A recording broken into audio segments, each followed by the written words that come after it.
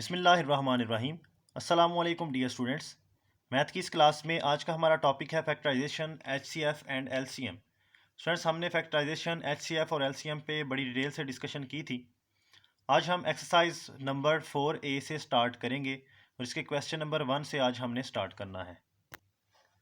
Students, question number 1 की statement देख लें। Find the prime factors of the following. अब हमारे पास जितने भी नंबर्स गिवन हैं, हमने इनके प्राइम फैक्टर्स जो हैं वो फाइंड करने हैं।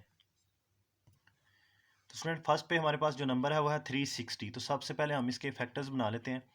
तो 360 को स्टूडेंट्स 2 पे डिवाइड करने पे हमारे पास आएगा 180, फिर 2 पे डिवाइड करेंगे तो 90, फिर 2 पे डिवाइड करेंगे तो 45। अब स्टूडेंट्स 45 जो है वो 2 पे डिवाइड नहीं होगा, तो अब हम इसे 3 पे डिवाइड करेंगे तो 15 आएगा, फिर 3 पे डिवाइड करने से 5 आएगा। अब 5 जो है वो 5 के टेबल में ही आता है, तो 5 1 ज़ार 5। तो हमारे पास 360 के जो फैक्टर्स बन गए हैं वो कौन कौन से हैं जी। Prime factors of 360 are 2 multiplied by 2 multiplied by 2 multiplied by 3 multiplied by 3 multiplied by 5।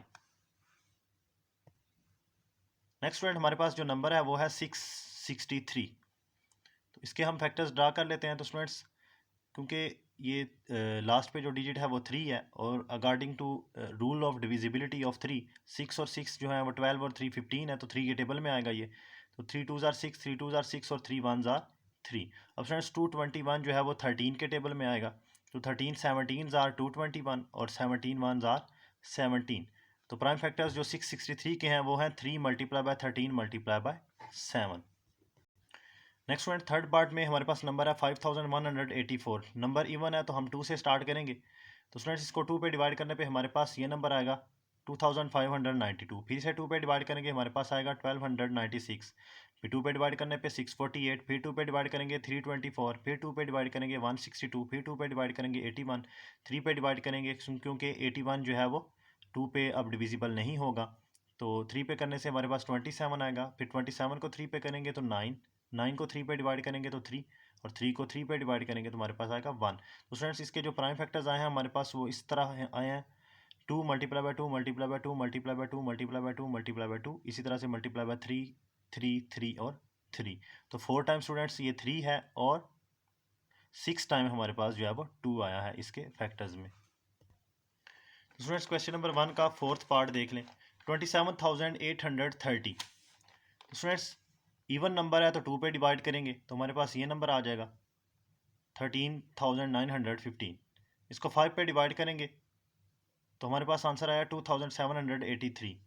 Students, इसे हम 11 पे डिवाइड करेंगे, हमारे पास आएगा 253। फिर 11 पे डिवाइड करेंगे तो हमारे पास आएगा 23। तो स्टूडेंट 23 भी प्राइम नंबर है, तो इसलिए ये 23 के टेबल में ही आएगा। 23 1 ज़ार 23। तो हमारे पास जो फैक्टर्स बने हैं इस नंबर के लिए वो 2 5 11, 2 टाइम 11 और फिर 23। नेक्स्ट स्टूडेंट, क्वेश्चन नंबर 2 की स्टेटमेंट देख लें। Which of the following pairs of numbers are co primes. तो हमने इन पेयर्स को देखना है, इनको चेक करना है कि इनमें से कौन से पेयर्स जो हैं वो को प्राइम हैं। तो इससे पहले मैं आपको को प्राइम के बारे में थोड़ा सा बता देता हूँ। Numbers which have no common factor apart from 1 are called co prime numbers. Students, co prime number वो नंबर होते हैं कि जिनके अंदर 1 के अलावा और कोई कॉमन फैक्टर ना हो। ऐसा पेयर जिसमें सिर्फ 1 जो है वो कॉमन फैक्टर होगा, हम कहेंगे कि वो नंबर जो है वो को प्राइम है। अगर 1 के अलावा भी कोई फैक्टर उसमें कॉमन हुआ तो हम कहेंगे कि वो नंबर को प्राइम नहीं है। जैसे हमारे पास पेयर है 6 एंड 8। तो स्टूडेंट, 6 के जो मल्टीपल्स हैं वो हैं 1 2 3 और 6, इसके जो फैक्टर्स हैं। इस तरह से 8 के जो फैक्टर्स हैं वो है 1 2 4 और 8।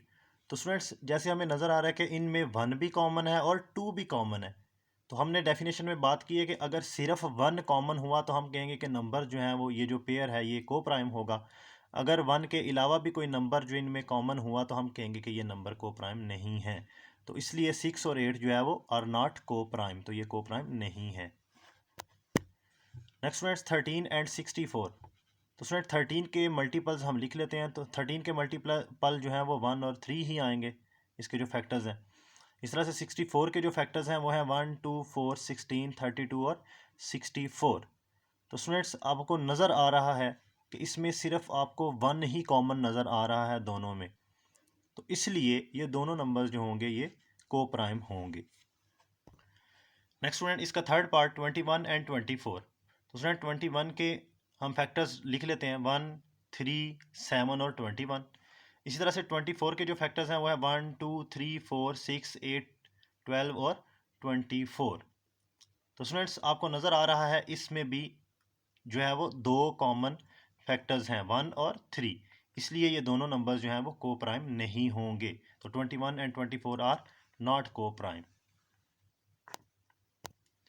नेक्स्ट स्टूडेंट्स इसका फोर्थ पार्ट देख लें, उसमें है नंबर है 9 एंड 16। तो स्टूडेंट्स 9 के जो मल्टी फैक्टर्स हैं वो है 1, 3 और 9। इस तरह से 16 के जो फैक्टर्स हैं वो है 1, 2, 4, 8 और 16। तो आपको नज़र आ रहा है कि 1 इनमें कॉमन है, 3 जो है वो कॉमन नहीं है, इसी तरह से 9 भी कॉमन नहीं है। तो इसलिए जब सिर्फ 1 जो है वो कॉमन आएगा किसी भी पेयर में तो हम कहेंगे कि वो जो पेयर है वो को प्राइम है। तो 9 एंड 16 आर को प्राइम। इसके लास्ट पार्ट में है जी 30 एंड 37। तो स्टूडेंट 30 के जो है वो फैक्टर्स ड्रा कर लेते हैं। इसके जो फैक्टर्स हैं वो है 1, 2, 3, 5, 6, 10, 15 और 30। और 37 के 1 और 37। तो स्टूडेंट्स 1 तो इनमें कॉमन है लेकिन 37 जो है वो इसमें कॉमन नहीं है, इसलिए ये पेयर भी जो है वो को प्राइम होगा। तो 30 and 37 are also co prime. Next student question number 3, find the HCF of 2 raise to power 2 multiply by 3 raise to power 3। इस तरह से 2 raise to power 2 multiply by 3 raise to power 2 multiply by 5 और 3 का square multiply by 5। तो students हम इन numbers को कुछ इस तरह से लिखेंगे कि ये जो पहले दो नंबर्स हैं इन्हें ऐसे लिख देंगे, फिर अगले जो 3 हैं इनको भी ऐसे लिखना है और फिर अगले 2 को ऐसे लिख के। तो स्टूडेंट इसका क्या मतलब होता है 2 रेज़ टू पावर 2, यानी 2 को 2 मरतबा आपने लिखना है, 2 को 2 मरतबा लिखना है। तो 2 को हमने 2 मरतबा लिख दिया। इसी तरह से 3 रेज़ टू पावर 3 है, इसका मतलब क्या है कि 3 को 3 टाइम लिखना है। तो हमने 3 को जो है वो 3 टाइम लिख दिया। इसी तरह से यहाँ पे देखिएगा 2 की पावर 2 है, यानी 2 रेज़ टू पावर 2। इसका मतलब क्या हुआ कि 2 को हमने 2 टाइम लिखना है। 3 की पावर 2 का क्या मतलब हुआ, 3 को भी 2 टाइम लिखेंगे और 5 को एक मरतबा ही लिखेंगे। इसी तरह से यहाँ पे देखिएगा तो 3 की पावर 2 का मतलब है कि 3 को 2 टाइम लिखना है और 5 ऐसे ही लिखेंगे। तो स्टूडेंट्स HCF क्या होता है कि हमने देखना है तीनों जो नंबर्स हैं ये हमें जो गिवन है इनमें तीनों में कौन सा नंबर जो है वो कॉमन है। तो हमें यहाँ पे एक ये वाला 3 का पेयर और एक ये वाला ये जो 3 हैं इन तीनों में ये हमें कॉमन नज़र आ रहे हैं।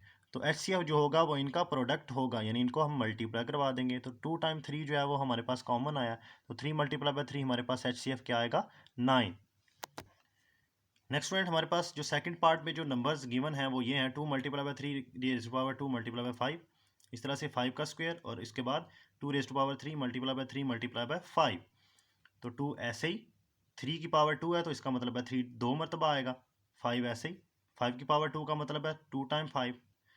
2 की पावर 3 का मतलब है 3 टाइम 2 और फिर मल्टीप्लाई बाय 3 मल्टीप्लाई बाय 5। तो स्टूडेंट्स अगर हम देखें तो इन सब में हमें जो कॉमन नज़र आ रहा है वो सिर्फ 5 नज़र आ रहा है। तो इसलिए फिर इन नंबर्स का जो HCF होगा वो क्या होगा 5। तो स्टूडेंट्स अभी तक हमने जितने भी क्वेश्चंस किए हैं आपने इनकी अच्छे तरीके से प्रैक्टिस करनी है। दुआओं में याद रखिएगा। अल्लाह हाफिज़।